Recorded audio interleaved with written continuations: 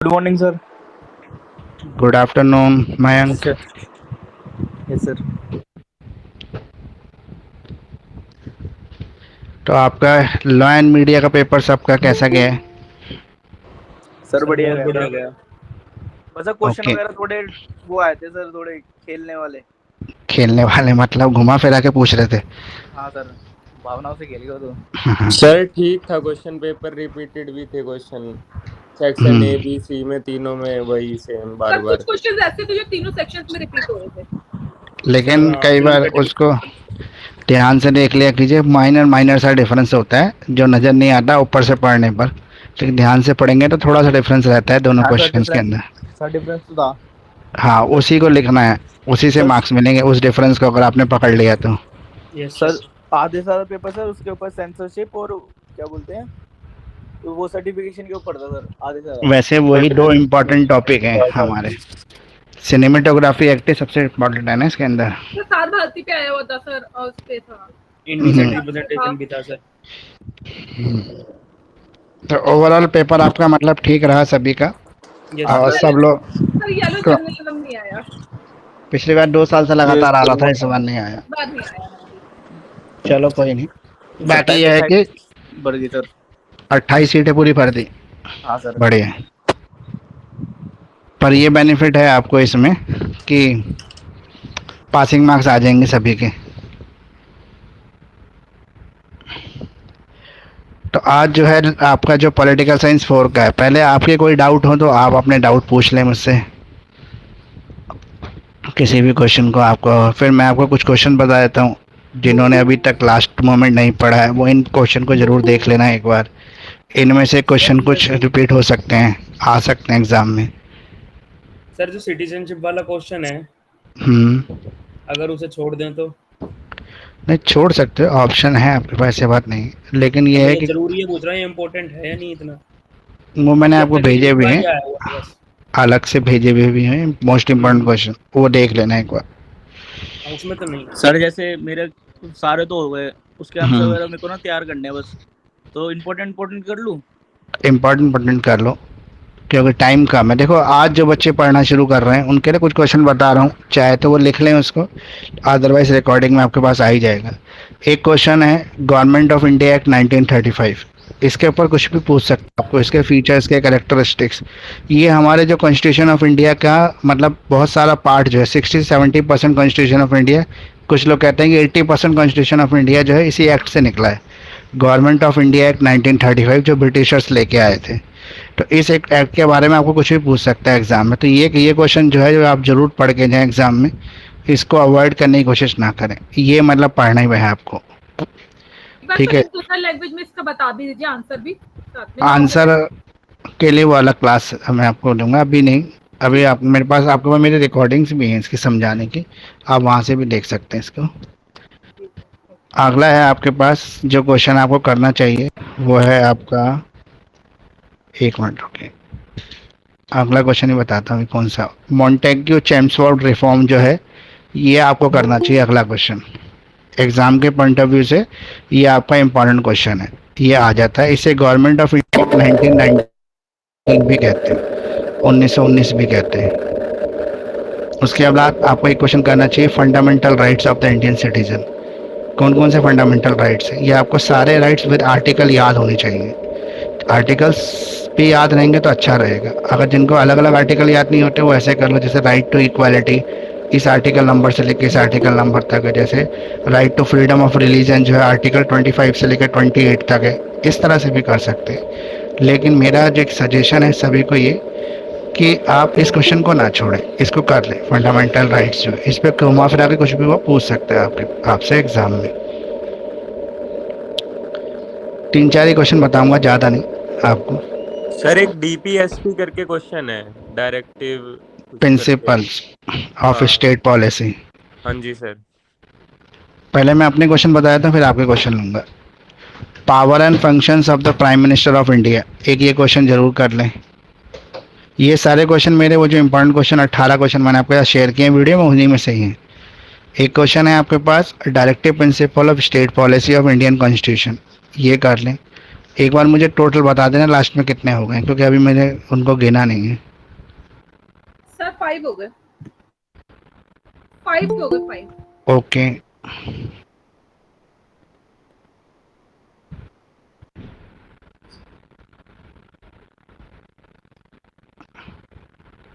एक ये आपका है, discuss the role of supreme court of India as a guardian of fundamental rights and power of the judicial review. ये कर लें, और साथ में हाई कोर्ट का कंपोजिशन, पावर और फंक्शन, ये एक ही सर, ये क्वेश्चन आप में अपने दोनों को कर लें। क्वेश्चंस में से बता रहे हैं? ये मैं क्वेश्चंस बता रहा हूँ आपको जो कल के क्वेश्चन के लिए इम्पोर्टेंट है। एक कम्युनलिज्म, रियलिज्म और आपका है कास्टिज्म। ये तीनों टॉपिक में से कोई एक टॉपिक कर लें, जो पिछली बार आया हो वो टॉपिक को छोड़ के कर लें। अगर पिछली बार रियलिज्म आया तो कम्युनलिज्म इस बार इंपॉर्टेंट हो गया, मतलब इन तीनों टॉपिक में से एक टॉपिक एग्जाम में पूछ ही लेता है। तो इन तीनों टॉपिक में से कोई एक टॉपिक कर लें आप। एक क्वेश्चन है आपका, ये आपने लास्ट ईयर भी किया था। Indian constitution is federal but its soul is unitary, explain critically examine. Third semester में भी था आपके पास ये, पॉलिटिकल में, और अब भी है। ये क्वेश्चन भी एक बार पढ़ लें, अच्छा क्वेश्चन है, आ सकता है एग्जाम में आपको। एक क्वेश्चन है प्रेम्बल ऑफ इंडियन कॉन्स्टिट्यूशन, ये मोस्ट इंपोर्टेंट पार्ट है कॉन्स्टिट्यूशन का, ऐसे क्वेश्चन आया था। या फिर पूछेगा spirit of Indian constitution is preamble. Preamble जो है वो स्पिरिट है, इंडियन कॉन्स्टिट्यूशन की आत्मा है। कैसे? इसमें आपको प्रेम्बल के जितने भी वर्ड है ना, ये sovereignty, socialism, secularism, democracy, republic, इन सबको एक्सप्लेन करना पड़ेगा। इन सबको आप एक्सप्लेन कर देना, बस हो जाएगा ये क्वेश्चन कवर।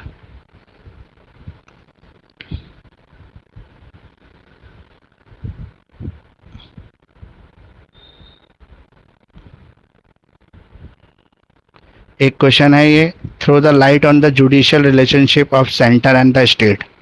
सेंटर और स्टेट के बीच में जो रिलेशंस होते हैं वो, ये करना है आपको। और एक क्वेश्चन हो गया ये, emergency power of president of India. President of India की इमरजेंसी पावर्स क्या क्या हैं?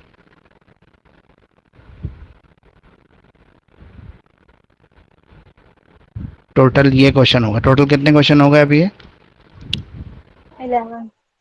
11 क्वेश्चन हो गए। इन 11 क्वेश्चन को आप कर लेना, बाकी कोई छोड़ना चाहो तो छोड़ देना। 13 टोटल 13 हो गए, 13 तो नहीं होंगे खैर। सर, 13 हो गए। मैं रिपीट करूं सर? प्लीज रिपीट कर दो। सर, फर्स्ट है गवर्नमेंट ऑफ इंडिया एक्ट 1935, फिर ये रिफॉर्म 1999 वाला जो है, third fundamental rights of Indian citizen, fourth power और functions of PM of India, fifth question number बता दो आप एक बार। नहीं, क्वेश्चन नंबर नहीं है वो, क्वेश्चन नंबर उन्होंने अपने डाले हैं सीरियल ऑर्डर में 1 2 3। मैंने टॉपिक वाइज बताया है, क्वेश्चन नंबर नहीं बताया। फिफ्थ है directive state DSP, directive principle of state policy. Sixth है role of supreme court, seventh composition of high court, its power and functions, eight communism, casteism and religion. ये तीनों topic एक ही question है, इनमें से कोई एक टॉपिक कर लेना है आपको। अगर पिछली बार रिलीजन आया है तो इस बार जो है कम्युनिज्म आएगा, पिछली बार कम्युनिज्म आया तो इस बार रिलीजन आएगा। ऐसे करना है इस क्वेश्चन में, 3 क्वेश्चन नहीं है, एक ही क्वेश्चन है। एट ये हो गया। नाइन्थ है sir, Indian constitution is a federal but its soul is unitary, वो वाला है। 11th इज प्रीएम्बल वाला। 12th relationship between central and states, and 13th is emergency power of president. ये सारे क्वेश्चन आपको कर लेने हैं एग्जाम के पॉइंट ऑफ व्यू से। इनमें से कोई क्वेश्चन आपको पूछना है किसी को भी तो आप बताओ, 1 या 2 क्वेश्चन हम इनमें से पहले डिस्कस कर लेंगे, फिर हम सीधे अपनी क्लास कर लेंगे, आज की जो हमारी क्लास है उसको। मेरे को पूछना है कम्युनलिज्म, कास्टिज्म एंड रीजनलिज्म वाला बस। कम्युनलिज्म क्या होता है? सांप्रदायिकता होती है, जब धर्म के नाम पे झगड़े होते हैं, हिंदू मुस्लिम आपस में धर्म के नाम पे फसाद करते हैं, पत्थरबाजी करना, लड़ाई झगड़े करना, घरों में आगजनी करते हैं। दिल्ली में हुआ था, दिल्ली दंगे हुए थे, उसे कहते हैं कम्युनलिज्म। ये 2 बार हो चुका है दिल्ली में। एक बार 84 में दंगे हुए थे जब सिखों को टारगेट किया गया था, और एक बार अभी दिल्ली दंगे हुए थे। गुजरात में जो दंगे हुए थे वो भी कम्युनलिज्म ही था। तो इसे कम्युनलिज्म कहते हैं, जब जाति, बिरादरी और उसके नाम पर, मतलब धर्म के नाम पे झगड़े हों, तो वो कम्युनलिज्म है। रियलिज्म का मतलब होता है क्षेत्रवाद। यहाँ पे क्षेत्र के बारे में बात की जाती है। जैसे छोटी छोटी जो पार्टियां होती है, जिसे हम क्षेत्रीय पार्टियां कहते हैं, ये क्षेत्रीय पार्टियां क्या करती हैं, अपने क्षेत्र के लिए, अपने रीजन के लिए लड़ती हैं। जैसे फॉर एग्जांपल AIDMK है, जो साउथ इंडिया में है पार्टी आपकी। केरला कांग्रेस है, जो केरल में चलती है खाली। समाजवादी पार्टी खाली यूपी के अंदर ही है। मायावती की जो है BSP, वो यूपी के अंदर ही है खाली। पंजाब के अंदर अकाली दल केवल पंजाब के अंदर ही है। ममता बनर्जी की तृणमूल कांग्रेस खाली बंगाल में ही है। आम आदमी पार्टी सिर्फ दिल्ली और पंजाब 2 ही स्टेट में है। नेशनल पार्टी वो पार्टी होती है जो पूरे देश में होती है, जैसे कांग्रेस, जैसे बीजेपी, ये हमारी नेशनल पार्टी है। तो जब जब कम्युनिज्म और सॉरी ये रियलिज्म आता है, वो इस वजह से आता है कि जब हम छोटी छोटी पार्टियां जो होती हैं अपने क्षेत्र के अंदर प्रभाव ज़्यादा करने की वजह से वोट परसेंटेज ज़्यादा ले लेती हैं, जिसकी वजह से किसी भी एक दल की सरकार नहीं बन पाती केंद्र के अंदर, तो मिली जुली सरकार बनती है। जैसे हमारी कांग्रेस की लास्ट गवर्नमेंट जो थी, जिसमें सरदार मनमोहन सिंह प्राइम मिनिस्टर थे, तो वो एक जो थी वो मिली जुली सरकार थी, मतलब कॉलिशन गवर्नमेंट थी जो मिलकर चल रही थी। कई पार्टियों की सरकार थी, वो कांग्रेस की सरकार नहीं थी। जैसे UPA की सरकार कहते हैं, यूनाइटेड प्रोग्रेसिव एसोसिएशन, एक गठबंधन था जो UPA ने बनाया था, कांग्रेस ने बनाया था अपनी जैसी पार्टियों को मिलाकर, और सरकार बना ली थी केंद्र सरकार में समर्थन से।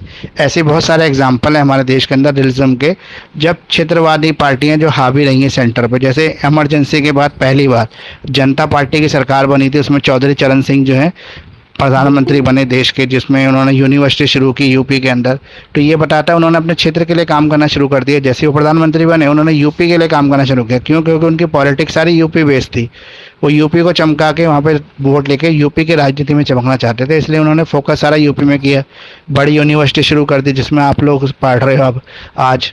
तो ये सब काम इसलिए हुआ। जैसे अब लालू प्रसाद यादव UPA की सरकार में रेल मंत्री बने, तो उन्होंने 16 नए हॉल्ट रेलवे स्टेशन जो है यूपी बिहार में शुरू कर दिए, क्योंकि उनकी तो बिहार से पॉलिटिक्स चमकनी थी। तो क्षेत्रविज्म जो होता है, रियलिज्म जो होता है, उसमें लोग अपने क्षेत्र की बात करते हैं, देश हित की बात, राष्ट्र हित की बात, नेशनल इंटरेस्ट भूल जाते हैं। उनको इससे कोई मतलब नहीं होता देश का इसमें क्या भला होगा, वो सिर्फ अपनी राजनीतिक पॉलिटिक्स को चमकाने के लिए अपने क्षेत्र को पन पाते हैं। तो ये रियलिज्म हो गया, कम्युनिज्म हो गया। अब तीसरा है कास्टिज्म। कास्टिज्म की जड़ें तो इंडिया के अंदर पुराने टाइम से फैली हुई हैं। जाति के नाम पर भेदभाव करना, ये जो है हमारे 4 वर्ण होते हैं, जो हमने सोशलॉजी के सब्जेक्ट में पढ़ा था सेकंड सेमेस्टर में। 4 वर्ण में सबसे ऊपर ब्राह्मण है, उसके बाद हमारे क्षत्रिय हैं, क्षत्रिय के बाद वैश्य हैं, वैश्य के बाद शूद्र हैं। तो शूद्र सबसे ज़्यादा डिस्क्रिमिनेटेड कम्युनिटी है, उनके साथ जाति के नाम पर जो भेदभाव किया जाता है। इवन वो सड़क से भी नहीं जा सकते जिससे ऊंची जाति के लोग जाते हैं। उनको पक्की सड़कें इस्तेमाल करने का हक नहीं है, उनको कुओं से पानी पीने का अधिकार नहीं है।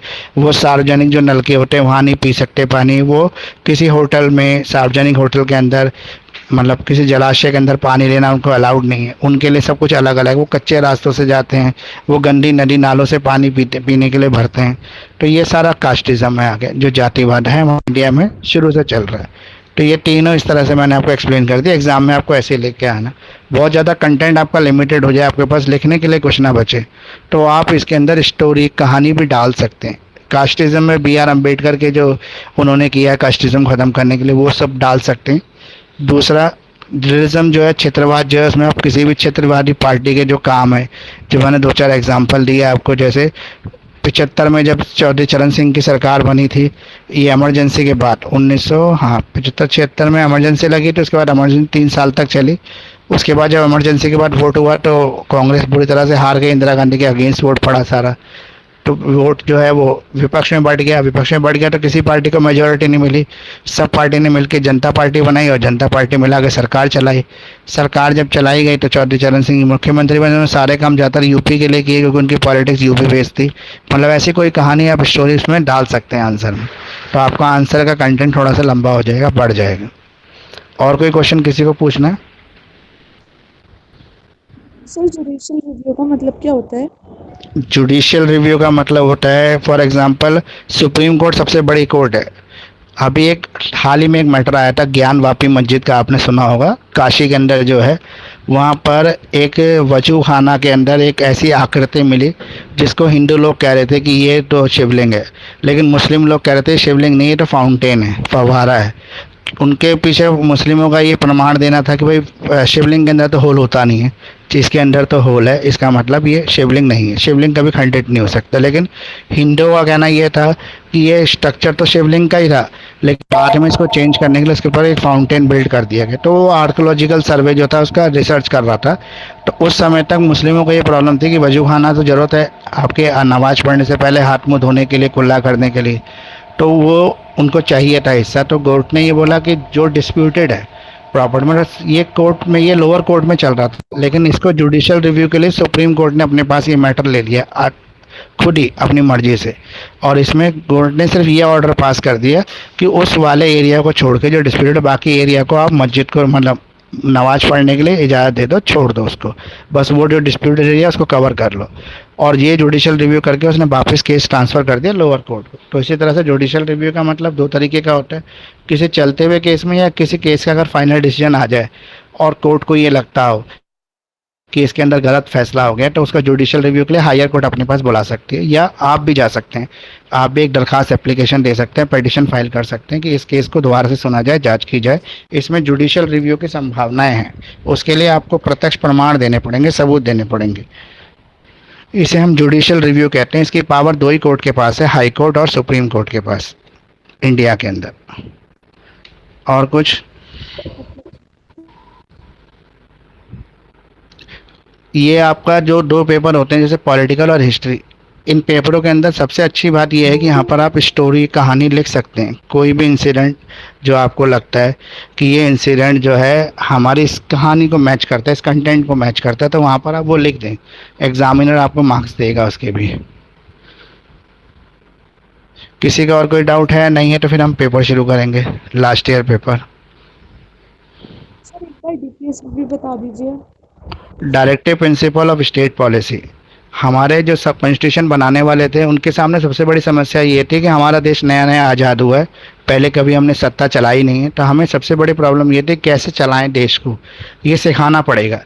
क्योंकि किसी भी व्यक्ति को अगर पहली बार मुख्यमंत्री बना दिया जाए तो उसको थोड़ा पता होता है कि देश कैसे रन करेगा, कैसे चलेगा। जैसे नेहरू जी पहली बार प्रधानमंत्री की कुर्सी पर बैठे तो उनके लिए बहुत सारी डिफ़िकल्टीज थे। ऐसा एक देश उनको सौंप दिया गया जिसके पास कुछ भी नहीं था अपना, उसको सब कुछ अपने आप अरेंज करना है। उसके पास कोई भी ऐसा व्यक्ति नहीं था, मतलब जैसे अब गवर्नमेंट आई, मान लो मोदी जी की सरकार आई, तो पहले से पहले कोई सरकारों ने काम कर रखा था, उस काम के बेस पर उन्होंने उसको आगे डेवलप कर दिया, मतलब अपना एक ब्रॉड विज़न बना लिया, उसी काम को आगे बढ़ाया। जैसे आधार कार्ड की पॉलिसी मनमोहन सिंह लेके आए 2012 के अंदर, बीजेपी ने उसका विरोध किया, लेकिन जब बीजेपी की गवर्नमेंट आई तो उन्होंने उस आधार पॉलिसी को ही बेस बना के डायरेक्ट पैसा जो है वो बेनिफिशियरी के अकाउंट में भेजना शुरू कर दिया। उन्होंने उस आधार कार्ड का इस्तेमाल करना शुरू किया अपनी पॉलिसीज़ को बनाने के लिए।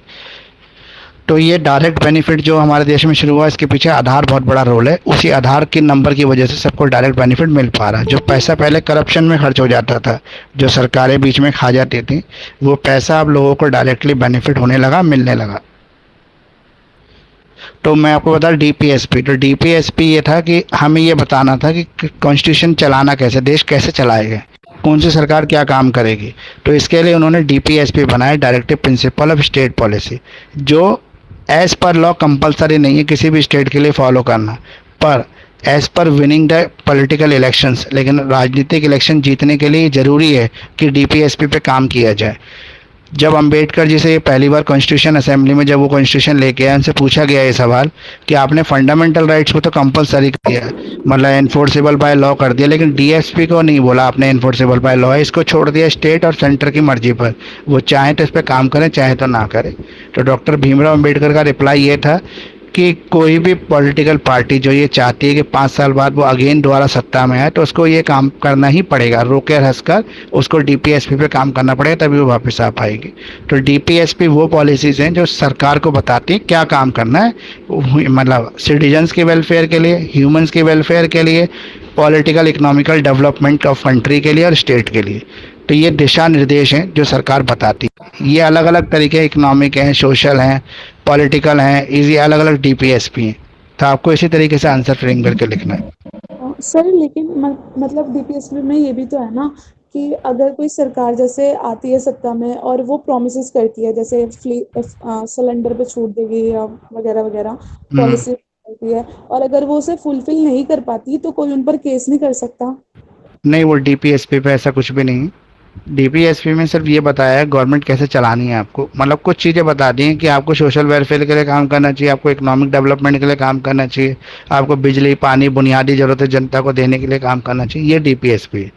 लेकिन अगर कोई पॉलिटिकल पार्टी अपने मैनिफेस्टो में ये कहती है कि अगर हम सत्ता में आए तो महिलाओं को 2-2 हज़ार रुपये फ्री बांटेंगे और वो नहीं बांटते तो उनके खिलाफ कोई केस नहीं हो सकता है, क्योंकि पॉलिटिकल स्टेटमेंट जो होती है वो, जैसे अब मोदी जी को किसी ने पूछा कि आपने तो वादा किया था कि हम लोग बाहर से काला धन लाएंगे और सबके अकाउंट में 15-15 लाख फ्री में बांट देंगे, तो उनके जो गृह मंत्री अमित शाह जी ने क्या जवाब दिया, उन्होंने जवाब दिया तो एक जुमला था, पॉलिटिकल जुमला था जो इस्तेमाल किया जाता है जीतने के लिए, उन्होंने कोई कमिटमेंट थोड़ा ना किया है। तो ये पॉलिटिकल वादे होते हैं जो जरूरी नहीं है। अब उन्होंने अपने मैनिफेस्टो में छाप भी दिया मान लो ये, तो भी आप उसको एनफोर्स नहीं कर सकते, आप उसको मनवाने के लिए ज़बरदस्ती नहीं कर सकते, आपके पास ऐसी कोई प्रोविज़न नहीं है कि आप उसको लॉ के थ्रू बाइंड कर दो कि भाई आपने वादा किया था अपने वादे को पूरा करें, ऐसा नहीं हो सकता। डीपीएसपी इसके लिए बिल्कुल नहीं कहता। डीपीएसपी सिर्फ गाड़ी का एक, जैसे आप गूगल पे मैप लगाते हो, मान लो आपको पर्टिकुलर शहर जाना है तो मैप आपको एक रास्ता बता रहा है कि इस रास्ते से चले जाओ, लेकिन आप कहते हो मैप तो बेकार है, गलत रास्ता बता रहा है, मैं तो अपने रास्ते से जाऊंगा, तो आपको कोई नहीं रोकेगा थोड़ी ना। मैप आपके लिए कंपलसरी नहीं है, ऐसे ऑप्शनल है। तो यही चीज़ डीपीएसपी है, गवर्नमेंट के लिए एक ऑप्शनल रोड मैप है जो कॉन्स्टिट्यूशन कहता है कि आपको ऐसे चलना चाहिए, लेकिन ज़रूरी नहीं कि आप ऐसे ही चलोगे, आप दूसरे रास्ते से भी जा सकते हो। आपको लगता है नहीं ये तो बेकार रास्ता है, मेरे के पास शॉर्टकट है जो मुझे पता है केवल, और आप उससे चले जाएंगे तो कोई प्रॉब्लम नहीं है। किसी और के कोई doubt? Sir Montagu Chelmsford reform. Montagu Chelmsford reform इसलिए लाया गया था क्योंकि सेल्फ गवर्नेंस की मांग बढ़ रही थी कंट्री के अंदर, लोग चाह रहे थे कि हमारी अपनी सरकार हो, हमारे अपने लोगों को पार्टिसिपेशन दिया जाए गवर्नमेंट में।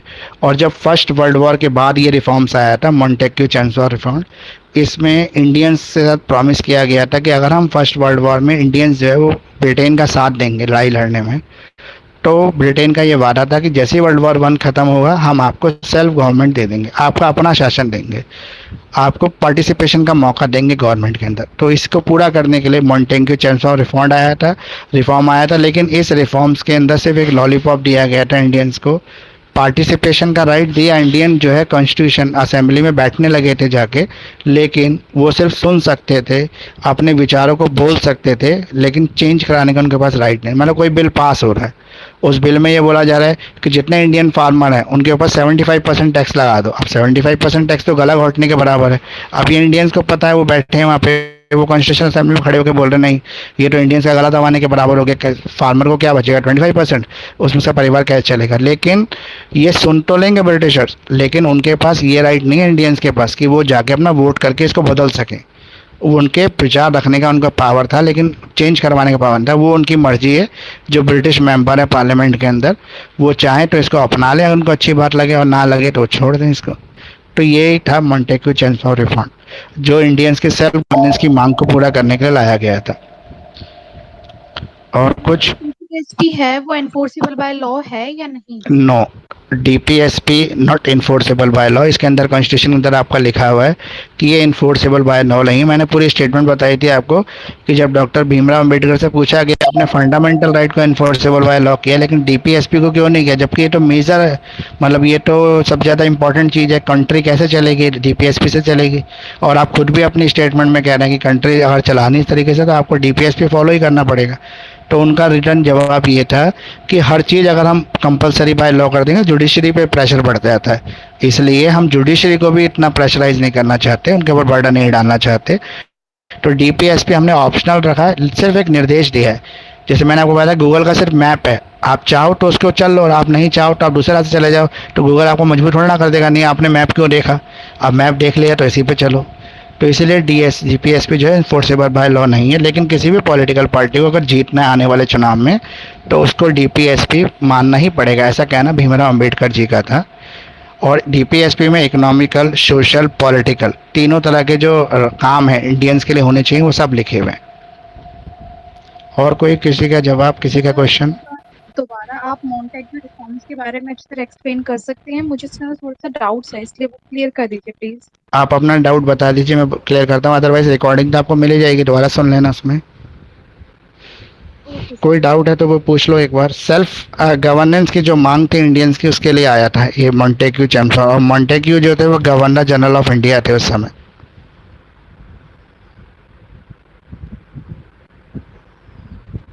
और कोई किसी का डाउट?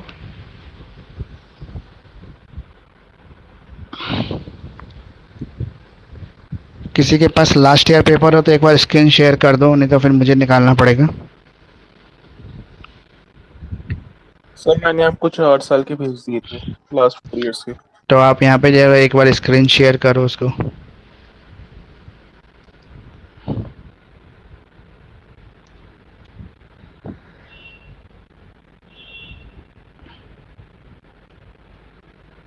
मैंने इस बार पहले से निकाल के रखे नहीं, अदरवाइज मैं हर बार पहले से निकाल लेता हूँ पेपर को।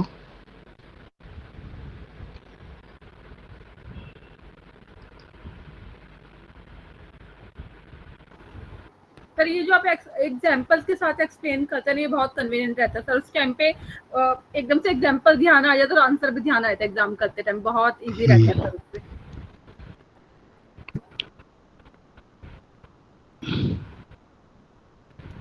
तो पहला पेपर हमारे पास आ गया है। ये कौन सा है हमारा पेपर है? सर ये हमारा है 2022 का। पहला है इसमें डायरकी सिस्टम, द्वैध शासन प्रणाली। बताइए डायरकी सिस्टम क्या होता है? Dual governance. Double governance. Meaning क्या है डबल गवर्नेंस? तो ठीक है, मीनिंग क्या है?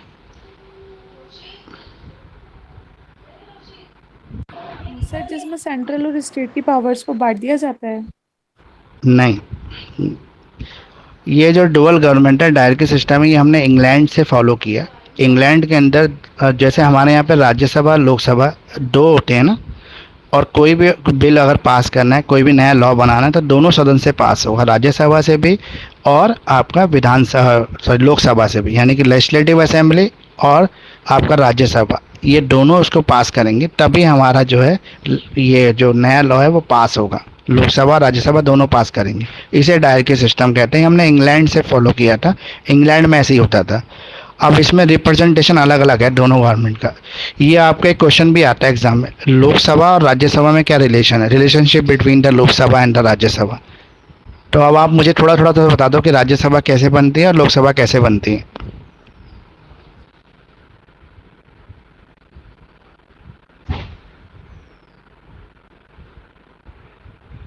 सब एकदम शांत हो जाते हैं, ऐसा लगता है किसी ने कुछ पढ़ा ही नहीं। कल एग्जाम है आप लोगों का। सर जो लोकसभा होती है वो परमानेंट बॉडी नहीं होती और इसके सर एवरी 5 ईयर में लोकसभा में इलेक्शन सर होते हैं। बताइए दिलीप जी, आप बताइए। सर लोकसभा में सर वो एमपी होते हैं, मेंबर्स ऑफ पार्लियामेंट होते हैं, जो बिल्कुल, इलेक्शन में निर्वाचित सांसद। आते हैं।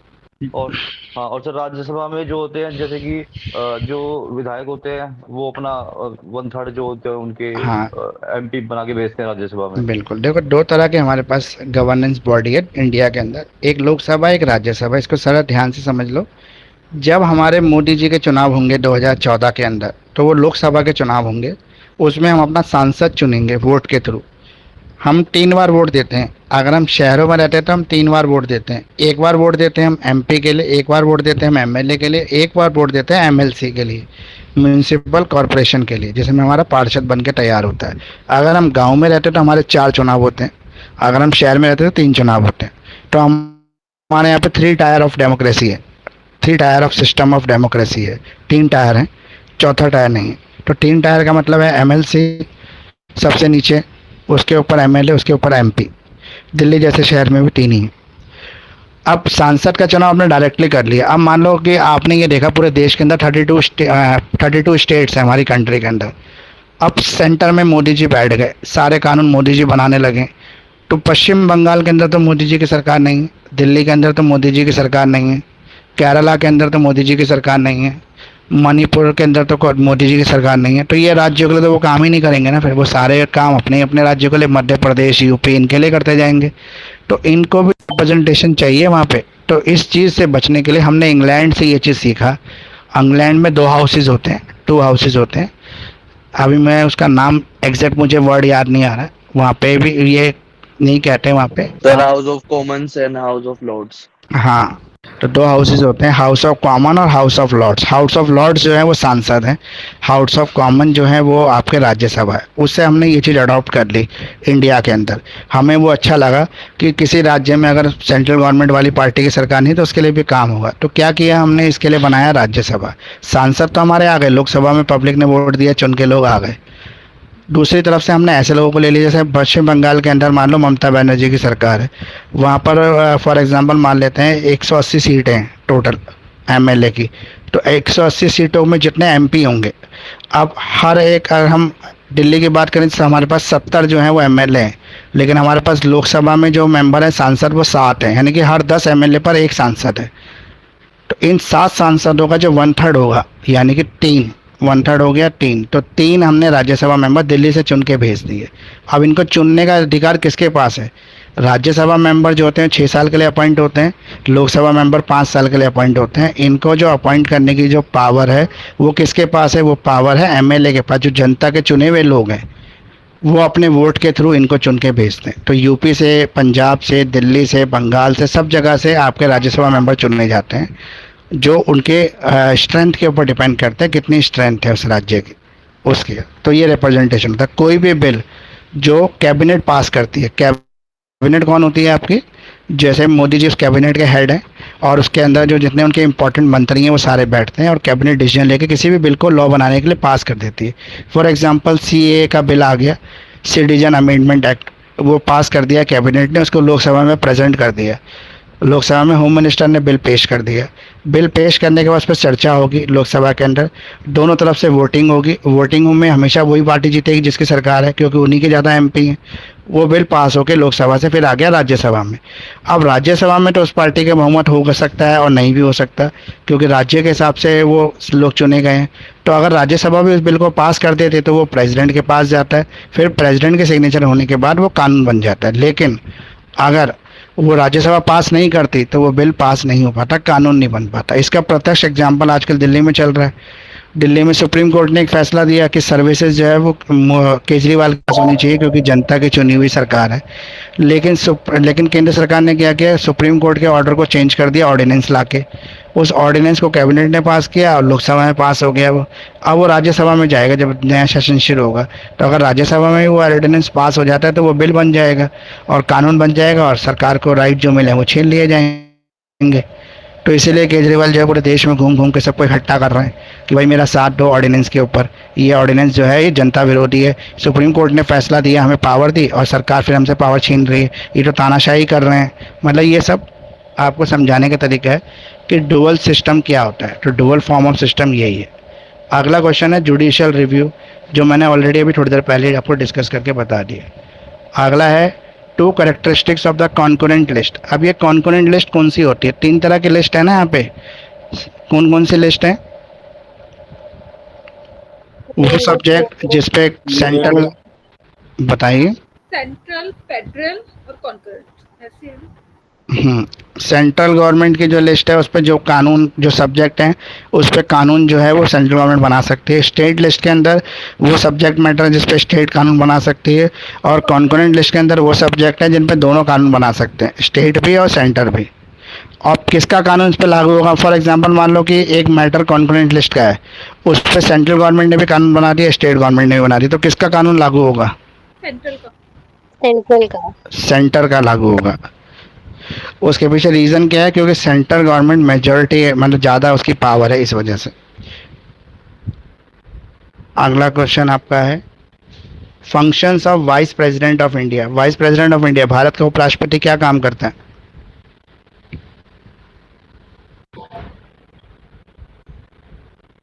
जो प्रेसिडेंट ऑफ इंडिया के काम होता है राज्यसभा का। हाँ, वो राज्यसभा का प्रेसिडेंट होता है। और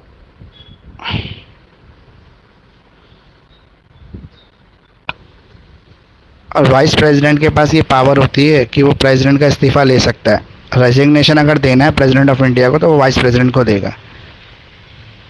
इसके अलावा जितने भी आपके राज्यसभा से जुड़े हुए जो एडमिनिस्ट्रेशन पावर होती है, मतलब राज्यसभा की कैंटीन है, राज्यसभा के बैठने का जो सिस्टम है, एमपीज का कोई भी फैसिलिटीज़ है, वो सारा काम administration function vice president of India देखता है। ठीक है।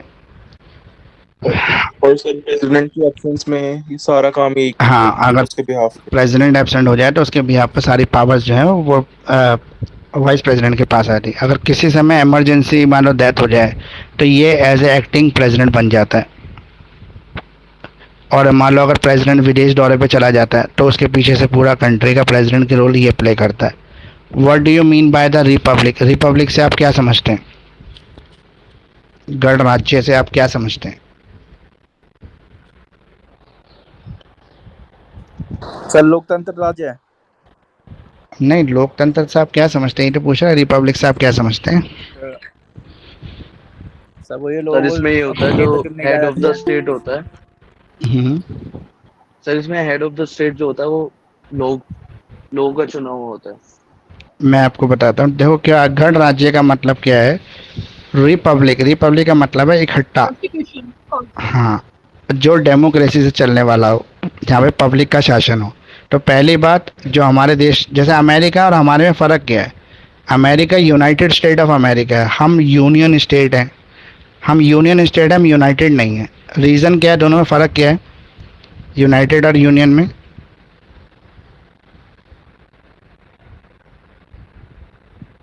मतलब अमेरिका और हमें फ़र्क क्या है? अरे सीधी सी बात है, वहाँ पे जैसे यहाँ पे ऐसा थोड़ी ना कि आपको केरला जाना है तो पासपोर्ट वीज़ा लगाना पड़ेगा, आपको पंजाब जाना है तो वीज़ा लेना पड़ेगा। लेकिन वहाँ पर ऐसा है ना अमेरिका में, क्योंकि अमेरिका में यूनाइटेड नहीं है, यूनियन सॉरी यूनियन नहीं, यूनाइटेड स्टेट है। वो मिलकर अमेरिका बना है। लेकिन अगर यूरोप एक पार्ट है उसका, वहाँ जाना है तो आपको अलग से वीज़ा के लिए अप्लाई करना पड़ता है, तब आप जा सकते हैं वहाँ पर। तो हमारे उसमें यही फ़र्क है कि हम एक हैं। हमारा देश के अंदर हमारा जो सिटीजन है वो ऊपर से लेकर नीचे तक, जम्मू कश्मीर से लेकर केरला तक फ्रीडम है उसके पास जाने की, रहने की, खाने की, कमाने की। अब तो जम्मू कश्मीर में भी पहले आर्टिकल 370 था, तो वहाँ पर बाकी पार्ट के जो लोग थे वो ज़मीन नहीं खरीद सकते थे, रेजिडेंस नहीं बना सकते थे अपना, लेकिन अब बना सकते हैं। तो इसे कहते हैं रिपब्लिक। अब क्वेश्चन नंबर 6 है आपका, discuss any two fundamental right of the citizen provided in the constitution of India. अब किसी ने एक बार क्वेश्चन भी मुझे अभी पूछा, फंडामेंटल ड्यूटीज़ क्या इंपॉर्टेंट है? तो फंडामेंटल ड्यूटीज़ कभी वैसे पूछी नहीं गई, पर आपके सिलेबस का भी पार्ट है। लेकिन मेरे हिसाब से तो आप फंडामेंटल राइट्स ही कर लें, वही बहुत है। तो फंडामेंटल राइट्स क्या हैं हमारे? दो फंडामेंटल राइट बता दो कोई भी। Right to equality, right to vote, Right to right to equality, religion. Right, हाँ, freedom of religion, right to equality और freedom of speech and expression. इसमें आप कुछ भी लिख देना, अच्छी तरह से आर्टिकल के साथ लिखना, लेकिन आर्टिकल जरूर लिखना। जैसे फ्रीडम ऑफ रिलीजन 25 से लेकर कहाँ तक है? 28 तक। तो ये आप 28 जरूर लिखना, ये आपके लिए ज़रूरी है लिखना, तभी आपको मार्क्स अच्छे मिलेंगे। अगला 7th क्वेश्चन है आपका, function of the speaker of Lok Sabha. तो स्पीकर ऑफ लोकसभा के क्या फंक्शन है ये बताने हैं आपको। जो लोकसभा का स्पीकर है वो क्या क्या कर सकता है? आपने देखा होगा ना कभी, जब लोकसभा का लाइव सेशन आता है तो उसमें एक स्पीकर होता है जो सामने बैठा रहता है, बीच में बैठे थे सर, उनका काम रहता है शांति वगैरह मेंटेन करना। मतलब पीस मेंटेन करना। लेकिन वो बीच में नहीं, हाउस की। वो सामने बैठते हैं और उसके सामने सारे लोग बैठे होते हैं एमपीज, और वो हमेशा हथौड़ा ही पीटते रहते हैं, चिल्लाते रहते हैं, लेकिन कोई उनकी सुनता ही नहीं है।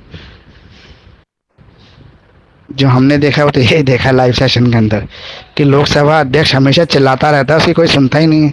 वो डेस्क के ऊपर खड़े होकर लोग चिल्लाते हो, कहता है बाहर निकाल दूंगा अगर चुप नहीं हुए तो। फिर भी वो चिल्लाते रहते हैं, वो बोलता रहता है, उसकी कोई सुनता नहीं। वैसे इसके मेन काम क्या है? मेंटेनेंस का ही काम है। हाँ, लोकसभा की मेंटेनेंस का, एडमिनिस्ट्रेशन का सारा काम देखना इनकी जिम्मेदारी है। इवन किसी भी बिल के ऊपर वोटिंग कराना इनका राइट है। ये सभापति होते हैं, वहाँ के प्रेसिडेंट हैं किसी भी असेंबली के, जो असेंबली वहाँ पर हो रही है। ये स्पीकर को परमिशन देते हैं बोलने की, 1 मिनट अलॉट करते हैं। हाउस को शांतिपूर्वक तरीके से चलाना इनकी मेन जिम्मेदारी है। कोई भी अगर सांसद हाउस की शांति को दखलंदाजी करके ख़राब करता है तो उसके अगेंस्ट एक्शन लेने का काम भी नहीं है। उसको सज़ा कर सकते हैं, उसको बर्खास्त कर सकते हैं 1 महीने के लिए, 2 महीने के लिए, 10 दिन के लिए, जब तक हाउस चलेगा तब तक के लिए उसको बाहर निकाल सकते हैं। उसकी एंट्री एग्जिट पे बैन लगा सकते हैं। क्वेश्चन नंबर 9 निकाल लीजिए। सर 7 रह गया। 7 कौन सा रह गया? Method of removal of president of India. President of India को रिमूव करने के कौन कौन से मेथड है हमारे पास? सर अगर लोकसभा और राज्यसभा से मेजोरिटी पास होती है तभी हम प्रेसिडेंट को रिमूव कर सकते हैं। लेकिन इसके लिए बिल लाने की जरूरत क्यों पड़ती है, ये तो बताना पड़ेगा ना। वो कोई करप्शन के आरोप अगर प्रेसिडेंट्स के ऊपर लग जाए तो उसको हटाया जा सकता है। प्रेसिडेंट को तभी रिमूव किया जा सकता है जहाँ या तो वो मिसबिहेव करे और कोई सीरियस एलिगेशन, कोई क्राइम सीन के अंदर उसका डायरेक्ट इन्वॉल्वमेंट हो जाए प्रेसिडेंट का, ठीक है, तब। वैसे इम्यूनिटी मिली हुई है प्रेसिडेंट को। प्रेसिडेंट किसी का मर्डर भी कर दे तो उसको सजा नहीं हो सकती जब तक वो प्रेसिडेंट ऑफ इंडिया है, तब तक। और ये इम्यूनिटी प्रेसिडेंट को है, प्राइम मिनिस्टर को भी नहीं है। क्वेश्चन नंबर 9 है आपका, right the main characteristics of government of India act 1935। ये मैंने अभी आपको बताया था, सबसे इम्पोर्टेंट क्वेश्चन है ये, गवर्नमेंट ऑफ इंडिया एक्ट 1935, जिसमें से हमारा 80% कॉन्स्टिट्यूशन ऑफ इंडिया बना है। सारा कुछ हमने इसी से अडॉप्ट कर लिया। जितना भी आपके लॉ है ना, वो सारे लॉ इसी ने बनाए हैं। 1935 ने कोडिफिकेशन ऑफ इंडियन लॉ की है, चाहे आपका वो आईपीसी है या आपका कॉन्ट्रैक्ट है, जितने भी एक्ट हैं जो ब्रिटिशर्स के टाइम पे वो इसी के थ्रू कॉडिफाइड हुए थे। सीआरपीसी भी आपका, criminal law, IPC, Hindu law, बहुत सारे नहीं, हिंदू लॉ, हाँ हिंदू लॉ भी पहले का, कोडिफाइड इंडिया ने बाद में किया उसको। क्वेश्चन नंबर 10 निकाली।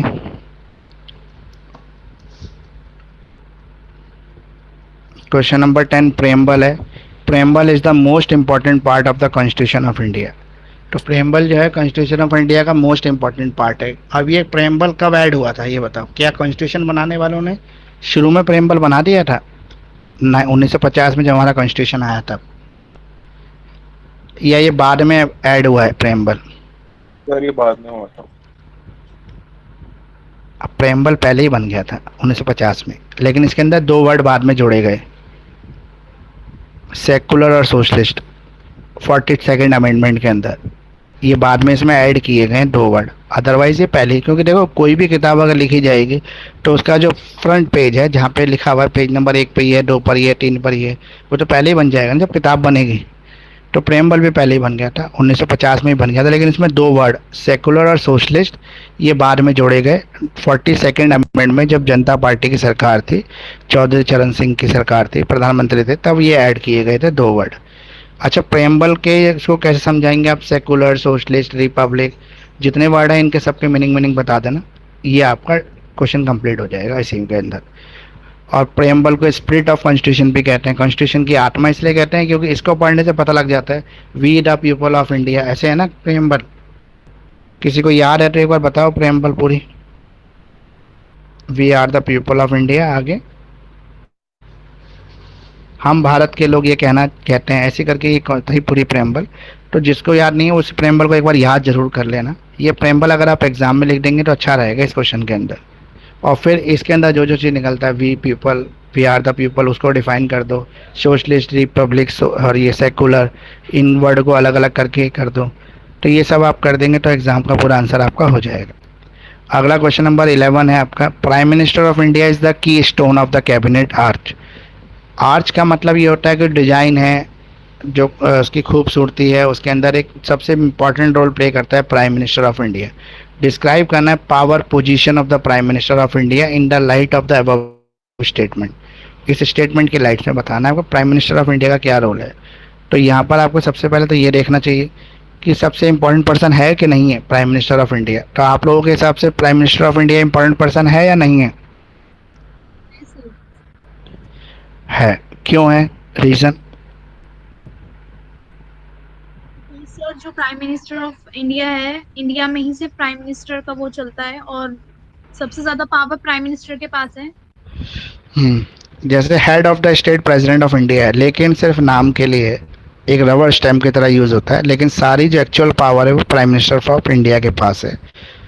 कैबिनेट और प्राइम मिनिस्टर को अपॉइंट करने का काम प्रेसिडेंट का है, लेकिन सारी कैबिनेट जो है प्राइम मिनिस्टर की सजेशन से अपॉइंट होती है। हर चीज़ में प्राइम मिनिस्टर का सजेशन चलता है। प्राइम मिनिस्टर के सजेशन के बिना प्रेसिडेंट ऑफ इंडिया कुछ नहीं कर सकता। और अब तो और ज़्यादा हमारा प्रेसिडेंट ऑफ इंडिया बेकार हो गया। जब से मोदी जी की सरकार आई है तो प्रेसिडेंट का कोई रोल नज़र ही नहीं आता है। पिछले वाले प्रेसिडेंट जो थे वो वहाँ पे दर्शन करने गए थे, जगन्नाथ धाम में यात्रा करने गए, तो उनको ये कहकर मंदिर में जाने से रोक दिया कि आप दलित हैं, आप दर्शन नहीं कर सकते भगवान जगन्नाथ के, अलाउड नहीं है। वो वहाँ से लौट के वापस आ गए तो कॉन्स्टिट्यूशन हेड जो है हमारा प्रेसिडेंट ऑफ इंडिया, जब उसके साथ डिस्क्रिमिनेशन होना शुरू हो गया और वो उसके खिलाफ आवाज़ नहीं उठा रहा है, तो फिर सोच लो कि इंडिया में क्या स्थिति हो सकती है।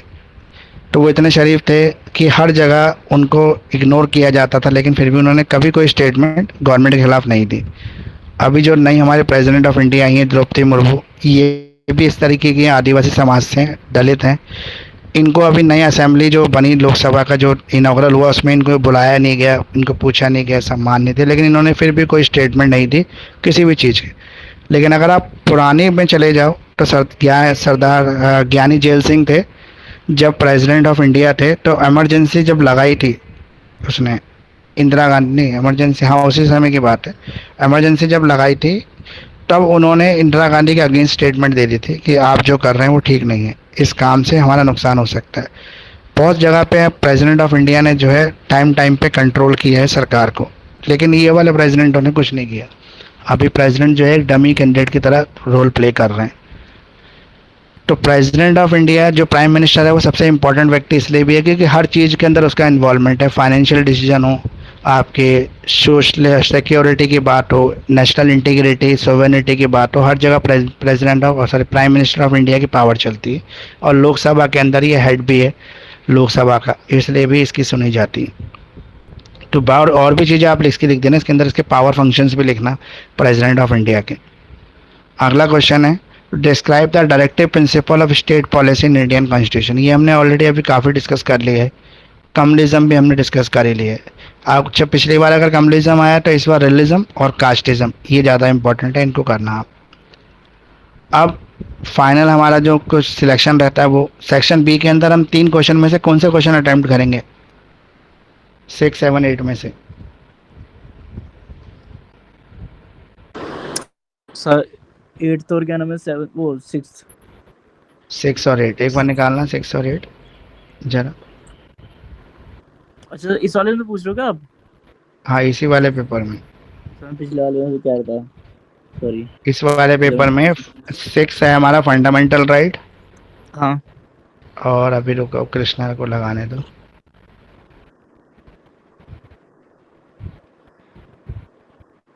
सर वाइस प्रेसिडेंट का क्वेश्चन 10 मार्क्स में या 20 मार्क्स में आ सकता आ है? सकता है, वाइस प्रेसिडेंट के ऊपर नहीं, प्रेसिडेंट के ऊपर आ सकता है आपको।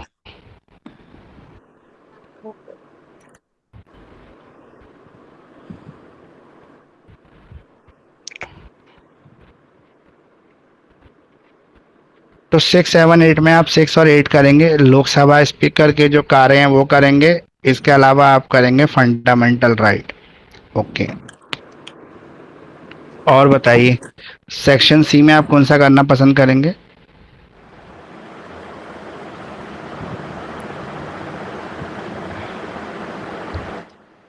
सर 11 11 और 12।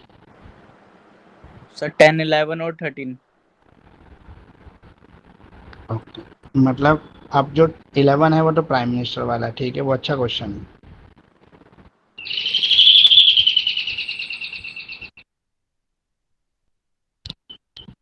भैया आवाज आई आपको मेरी ना?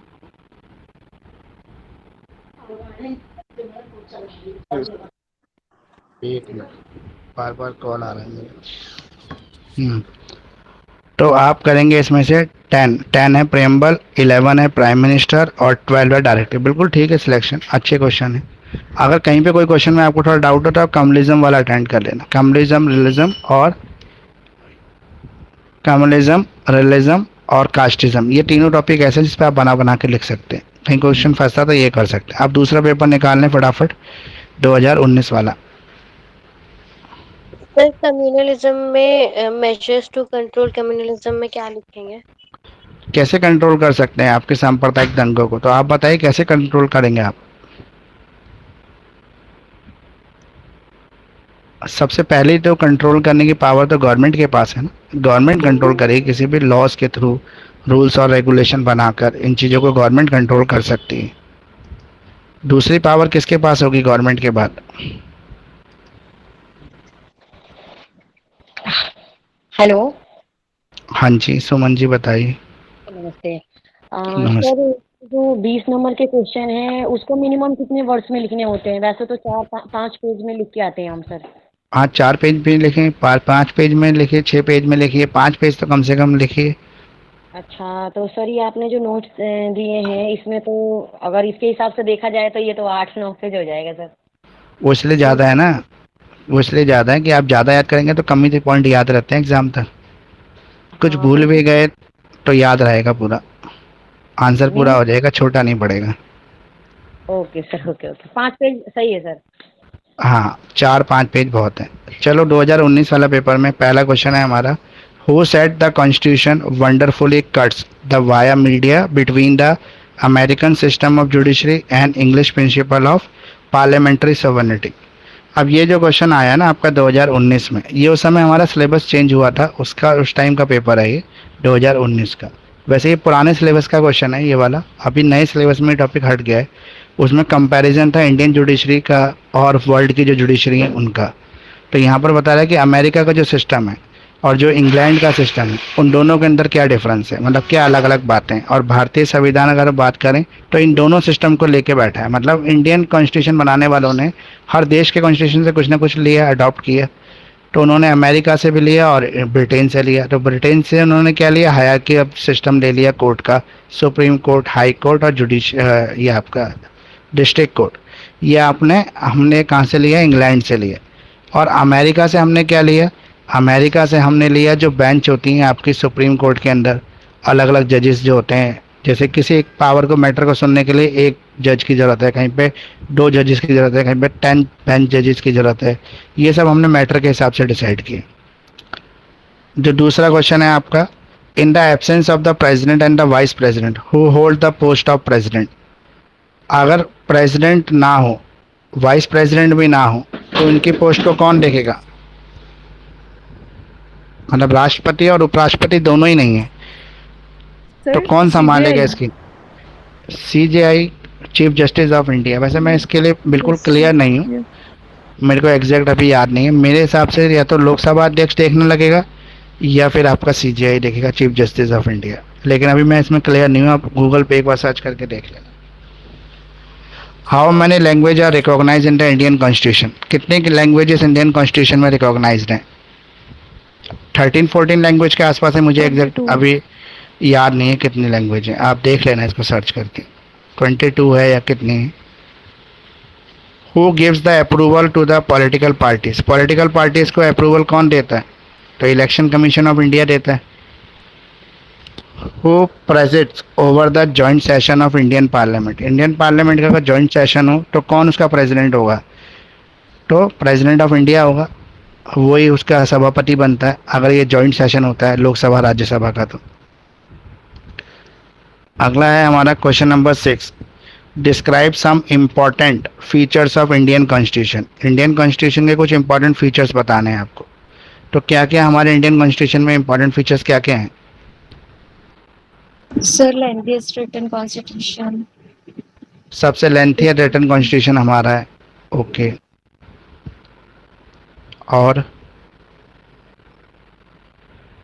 इसके फंडामेंटल राइट, इसके डीपीएसपीज जो हैं, राज्यसभा लोकसभा के बीच में जो बंटवारा है, इसकी जो लिस्ट है जहाँ पे आपका कॉन्करेंट लिस्ट है, टेस्ट लिस्ट है, सेंटर लिस्ट है, बहुत सारे फीचर्स हैं।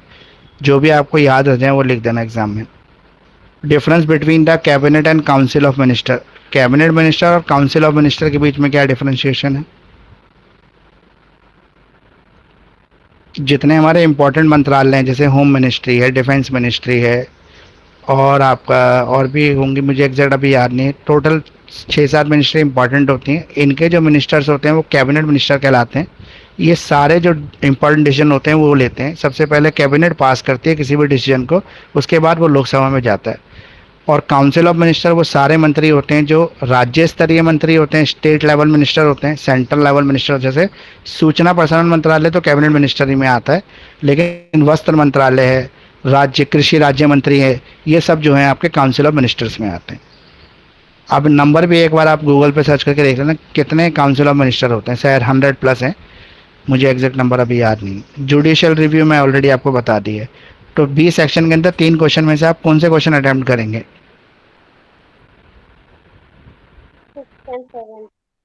6 और 7, वैसे 6 और 7 6 और हाँ 8 दोनों 6 और 8 भी कर सकते हैं जुडिशियल रिव्यू, अगर किसी को थोड़ा सा कंफ्यूजन है कैबिनेट में और इसके अंदर काउंसिल में। तो अब आ जाएगा हमारा question number 9। Indian constitution is federal but is soul is unitary. इसको एग्जामिन करना है। इसमें काफ़ी टॉपिक जैसे अभी ये जो आया ना फेडरल वाला, ये अभी काफ़ी टाइम से आ नहीं रहा है नए सिलेबस के अंदर। वैसे नए सिलेबस में काफ़ी पार्ट है ये टॉपिक, लेकिन पुराने वाले सिलेबस के काफ़ी इंपॉर्टेंट टॉपिक था ये। तो पुराने वाले पेपर में आपको काफ़ी मिलेगा ये। 2019 में जब सिलेबस चेंज हुआ उसके बाद से थोड़ा सा ये डाउन हुआ है, लेकिन फिर भी मैंने आपको लिखवाया ये कि अच्छा क्वेश्चन है, ये आ जाता है। इसलिए आप इसको कर लेना कि हमारा जो कॉन्स्टिट्यूशन है वैसे फेडरल है, लेकिन उसकी आत्मा जो है यूनिटरी है। वो इसलिए बोला गया है कि हमारे यहाँ पे सेंट्रल गवर्नमेंट स्टेट गवर्नमेंट दोनों गवर्नमेंट है, सारी पावर जो है सेंट्रल गवर्नमेंट के पास है, पर ऐसा नहीं है, कुछ पावर्स स्टेट गवर्नमेंट के पास भी छोड़ी हुई है। तो इसलिए बोला गया कि इसकी सोल जो है वो यूनिटरी है, यानी कि हर स्टेट में अलग अलग गवर्नमेंट है, तो वो इसकी सोल है, वो यूनिटरी फॉर्म है। और इसके जो फेडरल कॉन्सेप्ट है वो सेंट्रल गवर्नमेंट है जो सबको मिलगा के चला रही है। Discuss the role of the communism in Indian politics. Indian politics में कम्युनिज्म का क्या रोल है। Discuss the role of the supreme court of India as a guardian of fundamental right. Supreme court of India को guardian of fundamental right क्यों कहते हैं। Article 32 की वजह से कहते हैं। आर्टिकल 32 क्या कहता है हमें।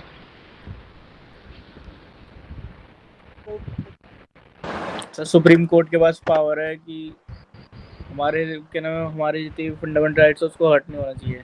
हाँ मतलब अगर कोई भी हमारे फंडामेंटल राइट्स का वायलेशन कर रहा है, उसको छीन रहा है, हमें नहीं दे रहा है, तो हम उसके लिए सुप्रीम कोर्ट की शरण में जा सकते हैं। उसको बोल सकते हैं कि ये मेरा फंडामेंटल राइट है, राइट टू इक्वालिटी, लेकिन मुझे मिल नहीं रहा है, मुझे दिलवाया जाए। तो सुप्रीम कोर्ट गवर्नमेंट ऑफिसर्स के अगेंस्ट या गवर्नमेंट के अगेंस्ट या उस व्यक्ति के जो आपके फंडामेंटल राइट का वायलेशन कर रहा है उसको कह सकता है कि भाई इसके फंडामेंटल राइट्स आप दीजिए इसको। अगला क्वेश्चन है describe the constitution relationship between the president and the prime minister. President और प्राइम मिनिस्टर के बीच में कॉन्स्टिट्यूशन के क्या रिलेशनशिप है। तो कॉन्स्टिट्यूशन का रिलेशनशिप तो वही है कि अपॉइंटमेंट जो होता है प्रेसिडेंट करता है प्राइम मिनिस्टर की, और प्राइम मिनिस्टर की एडवाइस पे काउंसिल ऑफ मिनिस्टर और कैबिनेट ऑफ मिनिस्टर्स की अपॉइंटमेंट कौन करता है, प्रेसिडेंट ऑफ इंडिया करता है। जो भी रूलिंग पार्टी, जो भी मेजोरिटी ऑफ पार्टी इलेक्शन के अंदर विन होके आती है, उसका जो लीडर होता है, लीडर ऑफ मेजोरिटी पार्टी, उसको ये इन्वाइट करता है सरकार बनाने के लिए प्राइम मिनिस्टर के लिए। उसके अलावा जब प्राइम मिनिस्टर जब प्रेसिडेंट का इलेक्शन होता है तो जितने भी आपके लोकसभा राज्यसभा और MLC मतलब विधायक जो होते हैं जो वो वोट करते हैं आपके इस चुनाव के अंदर। तो ये यही रिलेशन है दोनों के बीच में।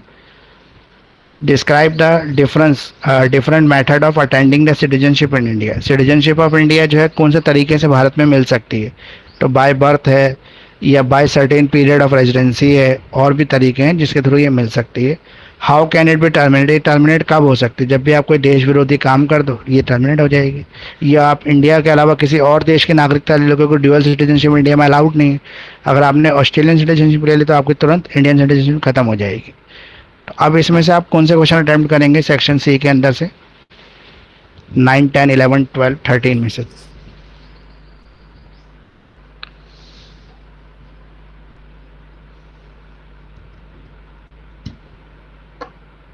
कोई भी क्वेश्चन अटेम्प्ट नहीं करोगे क्या, सभी छोड़ दोगे, बताइए जल्दी जल्दी। 10, 11, 9, 10, 13। 9, 10, 13 भी ठीक है सिलेक्शन, और 9, 10, 11 भी ठीक है सिलेक्शन। वैसे इसमें सारे क्वेश्चन अच्छे आए थे, कोई भी क्वेश्चन ऐसा नहीं था जो थोड़ा सा टेढ़ा मेढ़ा सा पूछा हो, इसलिए आप कोई भी क्वेश्चन करोगे तो अच्छा, मतलब जो भी क्वेश्चन में आपको ज़्यादा कॉन्फिडेंस है वो करना। फिर मैं एक बार लास्ट में आपको बता देता हूँ कि एंट्रीज अपनी बड़े ध्यान से करना। OMR शीट जो शुरू में आ रही है उसको, बहुत सारे बच्चे अभी मैसेज करते रहते हैं बीच में, सर मेरा वो गलती से एक एक्स्ट्रा मैंने कर दिया, कहीं मैंने डॉट लगा दिया। ऐसा कुछ कोशिश करें ना हो, क्योंकि जितना कम गड़बड़ उतना अच्छा है। और थोड़ा सा टाइम से एंट्री करने की आदत डालें। बहुत सारे बच्चे बाहर बातें करते रहते हैं, लास्ट मोमेंट पर एंट्री करने के लिए भागते हैं, तो वो ज़्यादा अच्छा नहीं है। बिल्कुल टाइमली एंट्री करें, बहुत ज़्यादा जल्दी एंट्री ना करें एग्जामिनेशन हॉल में, और पेशेंस से काम करें। दोनों साइड मार्जिन छोड़ें, हर सेक्शन लिखें, हर क्वेश्चन के ऊपर उसका सेक्शन मेंशन करें। क्लियरली पता लगना चाहिए आप कौन सा नंबर अटेम्प्ट कर रहे हैं। क्वेश्चन पूरा लिखना ना लिखना वो आपकी मर्जी के ऊपर डिपेंड करता है। क्वेश्चन ना लिखें, क्वेश्चन का नंबर तो मेंशन कर दें एटलीस्ट। जितना और जितने भी आपको पॉइंट अच्छे आते हैं उनको ब्लैक पेन से हाईलाइट कर दें, ताकि एग्जामिनर को पता हो कि आपको अच्छा आंसर आता है। छोटे छोटे पैराग्राफ में आंसर लिखना हमेशा बेनिफिशियल रहता है। बड़े बड़े पैराग्राफ को एग्जामिनर को पढ़ने में भी दिक्कत होती है। छोटे छोटे पैराग्राफ और हर पैराग्राफ की एक एक हेडिंग रहे, वो ब्लैक पेन से चमक रही हो अलग ही, तो आपको कैसे नहीं मार्क्स मिलेंगे, आपको बड़े अच्छे मार्क्स मिलेंगे। बाकी इस क्लास की रिकॉर्डिंग मैं आपको शेयर कर दूंगा और यूट्यूब पे भी शेयर करूंगा। आप सबको कमेंट करना है उसके ऊपर, जैसे भी आपको फील हो रहा है, क्लास अच्छी लग रही है, ख़राब लग रही है, जो भी आपका अपना ओपिनियन है वो आप उसके अंदर दें। 2018 का पेपर पुराने कोर्स का है, इसलिए उसको करने का हमें कोई बेनिफिट होने वाला नहीं है, इसलिए उसको ना करें। मेन जो क्वेश्चन पेपर आपके दो ही हैं इसमें, 19 और 22, 20 और 21 में पेपर हुए नहीं थे, इस वजह से ज़्यादा स्कोप आपके पास है नहीं। जो 18 क्वेश्चन 19 क्वेश्चन मैंने शेयर किए उसको आप कर लें, वो आपके लिए ज़्यादा इम्पोर्टेंट है। ठीक है, आप सबको best of luck for your exam. अच्छी तरह एग्ज़ाम दे के पेशेंसली शांति से एग्ज़ाम दें और टाइम मैनेजमेंट का ध्यान रखें। बहुत ज़्यादा टाइम सेक्शन ए में खर्च ना करें, सेक्शन सी से शुरू करें, सेक्शन बी करें, सेक्शन ए लास्ट में ही करें। कुछ छूटेगा तो सेक्शन ए का ही छूटे जो 5 मार्क्स का, आपको ज़्यादा नुकसान ना हो। सेक्शन सी का छूटता तो 20 नंबर का बहुत बड़ा नुकसान हो जाता है। कोई डाउट आपके जाते जाते अगर पूछने, क्लास एंड होने की तरफ है?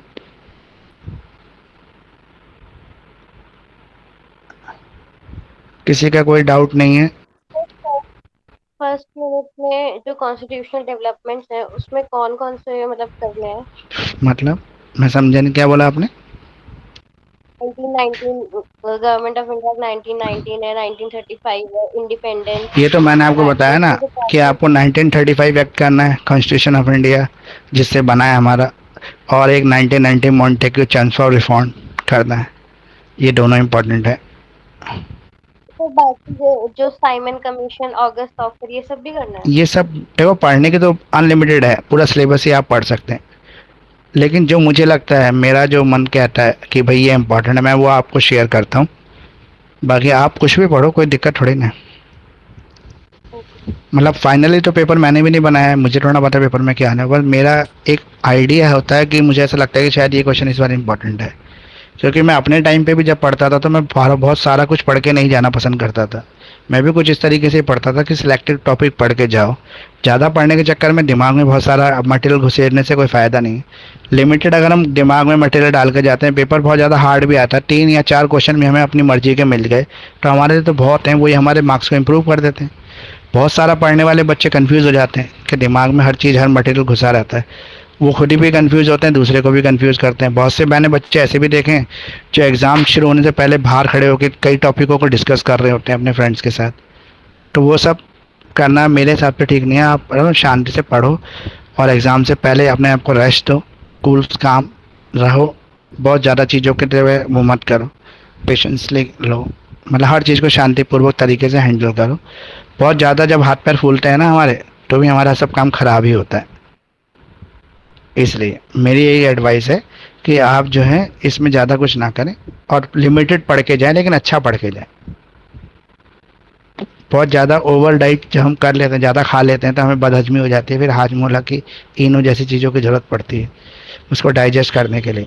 तो इतना ज़्यादा खाते ही क्यों हैं कि ऑब्सेसिटी हो जाए, मतलब गैस बन जाए। उतना ही खाओ जितना डाइजेस्ट कर पाए बॉडी, इसीलिए ब्रेन जितना आपका बर्दाश्त कर सकता है उतना ही क्वेश्चन याद करके जाओ। और अपने भगवान को है जिसके भी आप मानते हैं उसका नाम ले लो और वो आपका अच्छा ही होगा जो भी होगा। मैंने अपने एग्ज़ाम इस तरीके से पास किए थे, इसलिए मुझे ऐसा लगता था कि शायद यही टेक्निक बेस्ट है। हाँ, बहुत सारे बच्चे इंटेलिजेंट भी होते हैं और बॉर्न इंटेलिजेंट होते हैं, और उनके लिए तो फिर पढ़ाई कुछ है ही नहीं, वो तो सारा ही पढ़ के जाते हैं, पूरा सिलेबस का एक कंटेंट कर लेते हैं। ठीक है, और कोई आपको क्वेरीज?